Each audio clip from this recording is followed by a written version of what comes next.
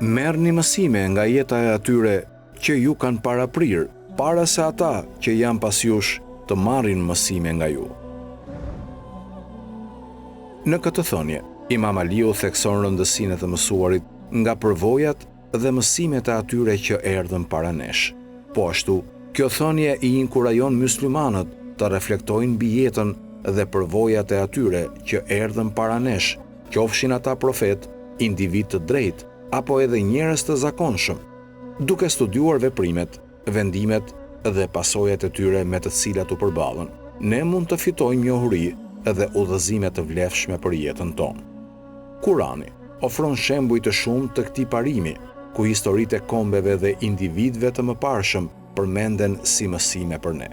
Për shembull, në surën Kasas, ajeti 44, Allahu thotë: "Dhe ti nuk ishe në anën perëndimore të malit kur ne ja shpallëm Musait urdhrin dhe nuk ishe ndër dëshmitarët e kësaj." Ky ajet na përkujton se ne nuk ishim fizikisht të pranishëm gjatë kohës së profetit Musa, por prapse prap mund të mësojmë nga përvojat dhe mësimet e tij. Ngjashëm në surën Yusuf, ajeti 111, Allahu thotë: "Sigurisht që në rrëfimet e tyre kishte mësim për ata që kuptonin. Ai, Kurani, nuk kishte një tregim i trilluar, por një vërtetim i asaj që ishte para tij dhe një shpjegim i hollësishëm i të gjitha gjërave dhe udhëzim dhe mëshirë për një popull që beson." Ky ajet thekson se historitë e përmendura në Kur'an, përfshirë historinë e profetit Yusuf, përmbajnë mësime të vlefshme për ata që kuptojnë. Duke reflektuar mbi jetën e atyre që na paraprin, mund të mësojmë nga sukseset dhe dështimet e tyre, virtytet dhe veset e tyre, dhe t'i zbatojmë këto mësime në jetën tonë.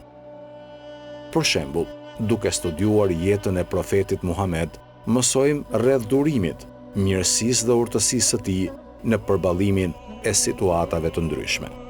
Mund të përpiqemi të imitojmë cilësitë e tij fisnike dhe t'i përfshijmë ato në jetën tonë. Për më tepër, duke studiuar jetën e shokëve të drejtë të profetit, mund të fitojmë njohuri mbi besimin e tyre të palëkundur, për kushtimin e tyre ndaj kauzës së Islamit edhe angazhimin e tyre ndaj drejtësisë dhe barazisë. Mund të frymëzohemi nga shembujt e tyre dhe të përpiqemi të mishërojmë cilësitë e tyre në jetën tonë. Si përfundim, thënia e Imam Aliut i nxit myslimanët të marrin mësime nga ata që erdhën para nesh. Duke studiuar jetën dhe përvojat e profetëve, individëve të drejtë dhe shokëve të profetit, ne mund të fitojmë njohuri dhe udhëzime të vlefshme për jetën tonë. Kurani e mbështet këtë parim duke ofruar shembuj të shumtë të kombeve dhe individëve të mëparshëm, historitë të cilëve shërbejnë si mësime për ne. Allahu na dhon urtësinë për të mësuar nga përvojat e atyre që na paraprin dhe na udhëzoft në rrugën e drejtësisë.